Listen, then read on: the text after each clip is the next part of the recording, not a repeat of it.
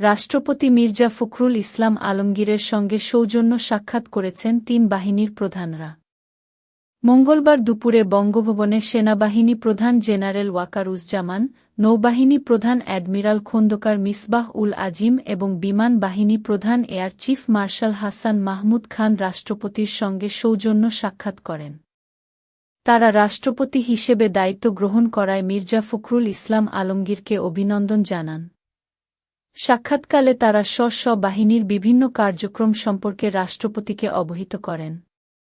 একই সঙ্গে দায়িত্ব পালনে সশস্ত্র বাহিনীর সর্বাধিনায়ক হিসেবে রাষ্ট্রপতির দিকনির্দেশনা ও সহযোগিতা কামনা করেন।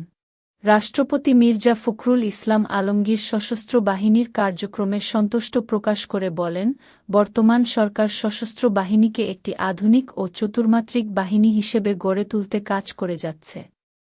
রাষ্ট্রপতি তার দায়িত্ব পালনকালে বাহিনীর সদস্যদের পেশাগত দক্ষতা বৃদ্ধির পাশাপাশি সশস্ত্র বাহিনীর সার্বিক উন্নয়নে সর্বোচ্চ সহযোগিতা অব্যাহত রাখার আশ্বাস দেন।